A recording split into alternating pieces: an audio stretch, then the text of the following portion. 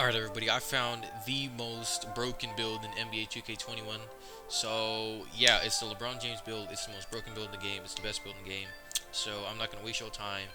Let's get right into it. You want to make him a small forward, right-handed, number 23 like LeBron James. You know what I'm saying? So secondly, you want to choose this playmaking finishing pie chart. And with LeBron James, I went with the balanced physical profile because he's a mixture of everything. He's a physical specimen. He's fast, he's strong, he can jump, he can, you know what I'm saying? So we went with the balanced. You can go with speed, whatever you want. But you want to max out his playmaking first of all. And look how many playmaking badges he gets. He gets 30 playmaking badges, and he's not even a pure playmaker. What in the world? So yeah, you're going to want to max out his mid-range, his three-point and free throw. And then you're going to want to bring down the post fade to around 57. Then you're going to want to max out close shot, max out driving layup, and max out driving dunk. You can max out standing dunk and post hook and get 20 badges, but I feel like that's unnecessary, and I think 15 will do you just fine. So then you want to move down to defense and rebounding. But yeah, let's go ahead and move on here. You want to max out interior defense, perimeter defense, lateral quickness, and you want to put perimeter defense to 70 actually, lateral quickness to 70, and steal to 71, and then max out defensive rebounding to get 5 defensive rebound badges. So in total, you get 60 badges. That's crazy. You know what I'm saying? Next, we have the body shape. You just want to go with defined because LeBron's build is shit. But as far as the height, 6'8" really kills this build. I'd rather have a build that plays like LeBron James instead of looks like LeBron James. So I went with the 6'7" height, and as for the weight, I went with 229, so you don't get any negative attributes. And then for wingspan, I went max. Now listen here, I went with max, and you might look like, oh, his 3-point's too low or his ball control's too low. Yeah, his shooting's a little bit low. But when you get to 95 overall, I'm assuming they have the same system in place where when you get to 99 overall, you get a +5 in your attributes. So that'll bring your shooting up to like a mid 60, 66, 67. And then, your ball handling will go up +5. So it all balances out.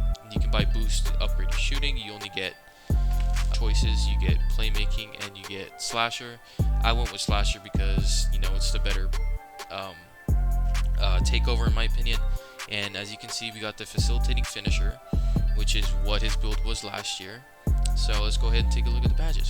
So, all the badges are up to you and your playstyle, your preference, and what game mode you play, but I'm going to give you my take on it. I think Clamps is one of the best badges in the game as far as defense, so I would recommend putting that on, as well as Interceptor. That max wingspan will also help with Interceptor. And you get 30 playmaking badges as a small forward. That's crazy. You can go ballistic. You can put them on whatever you want. Unpluckable. I just like to have it there because it makes me feel better about myself, even though I don't think the badge works at all. So yeah, I put that there. I got quick first step, needle threader, floor general, dimer, because LeBron James is a pass first type of guy. He gets his teammates involved. One of the best passers of all time, the best passer in the game right now. But yeah, you could put tight handles, you could put ankle breaker if you want.